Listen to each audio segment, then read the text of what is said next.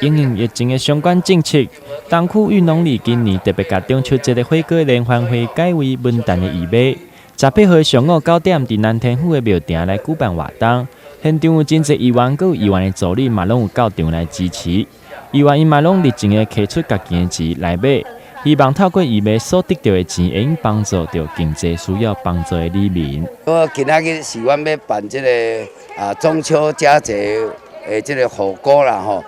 因为疫情的关系，市政府嘛这关真担心。咱公所区长特别来甲我讲，无咱这个火锅延后啦吼，嘛才办的啦。我讲延后，我通订柚子吼，这中秋节过，佮送油嘛，甲无安尼，我就加好食油吼，来做一个义卖。那么义卖动机就是讲，咱蓝天湖有一个慈善会，我拢甲今仔日咱所有的这基金吼，然后转为义卖的这金额，转互咱慈善会做一寡这慈善的基金。那么慈善会咧所做的工作，就是救急不做穷啦吼，就是作为鸡蛋救基金咧用。所以我嘛是慈善会的这个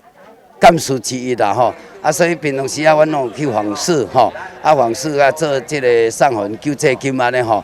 有这个盛举啦吼，来因大家做伙来共识吼，来参与这个爱心的活动吼，以上祝福大家。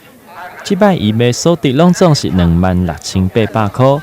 会甲这个善款全部捐予南天府的慈善会来做运用。慈善会今年除了帮助真侪受到疫情影响的家庭以外，伫平常若拄到家境较困难的家庭，可能有时阵常常需要紧急的医药费的时阵，拄到这种状况，慈善会就捐出善款来甲因协助。最后要提醒大家，连假期间一定要做好完整的防疫措施，才袂互疫情搁一摆来失控。台南新闻刘品言采访报道。